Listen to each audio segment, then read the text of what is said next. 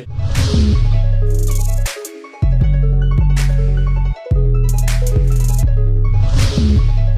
l'équipe, j'espère que vous allez bien. On se retrouve aujourd'hui pour un nouveau numéro Mercato. Comme d'habitude, je compte sur vous pour lâcher un gros pouce bleu avant que l'épisode commence. Objectif 5000 likes avant ce soir. Et on commence directement cet épisode, l'équipe du côté de la Première Ligue et plus précisément du côté de Manchester United, puisqu'en effet José Mourinho n'aurait pas dit son dernier mot dans le dossier Gareth Bale, puisqu'en effet selon la presse espagnole, le coach portugais et les dirigeants Red Devils auraient formulé une offre de 100 millions d'euros pour le Gallois et va donc tenter de l'arracher en cette fin de mercato estival. Une grosse surprise donc pourrait bel et bien arriver, d'autant plus que le joueur merengue a été énormément blessé, pas assez décisif et souffre également de l'explosion de Marco Asensio, la pépite du centre de formation qui pourrait donc être favorisé et pousser donc la vente de l'ancien joueur de Tottenham. Et est-ce que ce transfert peut se faire? Faites-moi part de vos différents avis dans les commentaires. Toujours en Angleterre, on se dirige désormais du côté de Liverpool. Alors que Philippe Coutinho semble à nouveau se rapprocher du FC Barcelone, les Reds préparent son possible départ et ont décidé de miser sur Thomas Lemar, le joueur de 21 ans évoluant à l'AS Monaco. Selon la presse et plus précisément le journal Télégraphe, le club anglais aurait déjà formulé une première offre estimée à 60 millions d'euros, suivie d'une deuxième de l'ordre de 72 millions d'euros.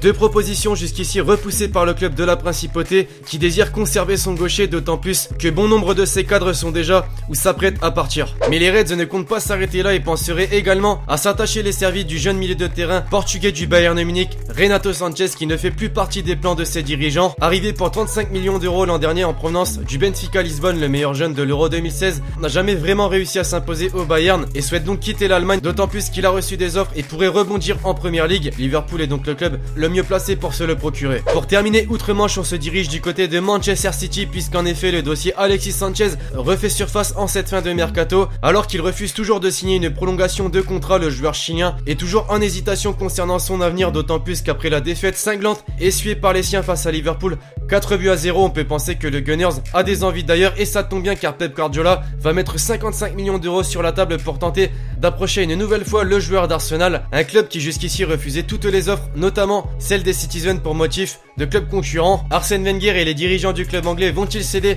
pression et le laisser partir en cette fin de mercato? Affaire à suivre. En France, c'est l'Olympique de Marseille qui est dans le doute depuis le début de la saison après la lourde défaite ce week-end contre l'AS Monaco 6-1. Les dirigeants du club phocéen se posent des questions et sont toujours à la recherche pour un attaquant et songeraient toujours à la piste de Moussa Dembélé, le joueur de 21 ans évoluant au Celtic Glasgow. Mais les dirigeants du club francilien ont intérêt à faire vite, car après l'échec dans le dossier Carlos Bacca et Jovetic, on a bel et bien vu que le temps presse et qu'il est compliqué de parvenir à un accord. 2 jours suffiront-ils au club olympien de trouver son attaquant? Affaire là encore à suivre. Dans la capitale, c'est toujours Fabinho qui fait parler de lui, puisqu'en effet selon plusieurs médias, le Paris Saint-Germain est toujours à la charge pour le milieu de terrain brésilien, alors même que Monaco affirme qu'il ne cédera pas son joueur. Le club de la capitale va malgré tout, en plus de Kylian Mbappé, offrir une offre de 60 à 70 millions d'euros pour tenter de s'attacher les services de Fabinho. Sera-t-il suffisant? Faites-moi part de vos différents avis dans les commentaires. Et enfin, pour terminer le côté rumeur de transfert, on se dirige en Espagne et plus précisément en Catalogne, dans le club du FC Barcelone qui, malgré l'arrivée d'Ousmane Dembélé,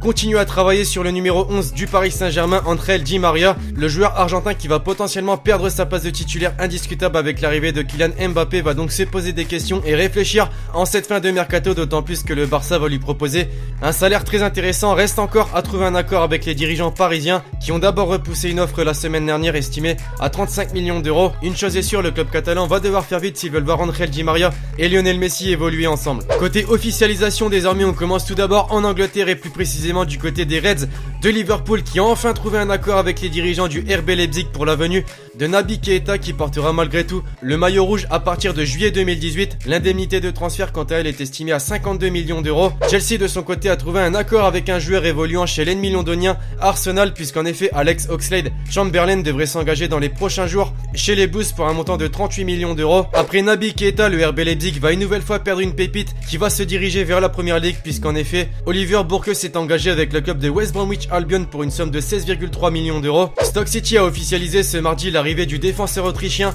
Kevin Wimmer en provenance de Tottenham, qui est arrivé pour un montant de 19 millions d'euros. Aux Pays-Bas, c'est l'Ajax Amsterdam qui frappe fort ces derniers jours, puisqu'en effet le club néerlandais a annoncé l'arrivée de deux nouvelles recrues. Tout d'abord, celle de Maximilian Weber qui a signé pour 7,5 millions d'euros et la deuxième, celle de Siem de Jong qui revient donc dans son club formateur. En Allemagne, le Borussia Dortmund a trouvé un successeur d'Ousmane Dembélé puisque le club allemand a annoncé l'arrivée de Andrei Yarmolenko contre 25 millions d'euros. Et enfin, pour conclure et pour remplacer Kylian Mbappé, l'AS Monaco a doublé l'Olympique de Marseille dans le dossier Jovetic puisque le club monégasque a annoncé l'arrivée de l'attaquant international monténégrin en provenance de l'Inter de Milan.